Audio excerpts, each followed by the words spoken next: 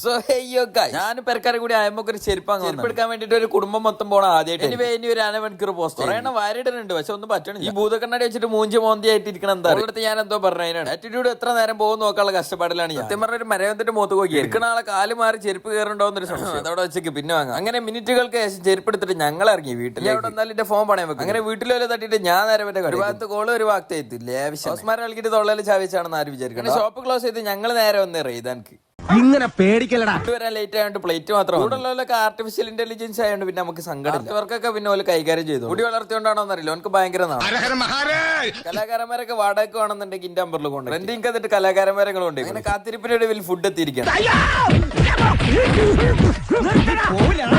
പറഞ്ഞ പകരം ഹണിയായി പോയിട്ട് എക്സ്ചേഞ്ച് അടിച്ചു വന്നപ്പോ ബീസിന്റെ വലുപ്പം കുറവില്ല. ഉള്ളത് കൊണ്ട് ഓണം പോലെ എന്നാണ്. അങ്ങനെ കുറെ നേരത്തിന് ശേഷം യുദ്ധക്കള അവസാനിച്ചു. പോയൊന്ന് കിടന്നുറങ്ങിയാൽ മതി. പെപ്സി എന്റെ അമ്മായി ഒന്ന് കുടിക്കുമെന്ന് ചിന്തിക്കണവരോട് അമ്മായിക്ക് കൊടുക്കാൻ സമയമില്ല. നമുക്ക് ചെക്കന്മാരെ വിട്ടിട്ട് നമ്മൾ നേരെ അശ്മില്ലാണ്ട് ആള് ഷട്ടർ ഇട്ട് പെരെ പോകണം. നമ്മള് ഷട്ടർ ഇട്ടു. Okay bye.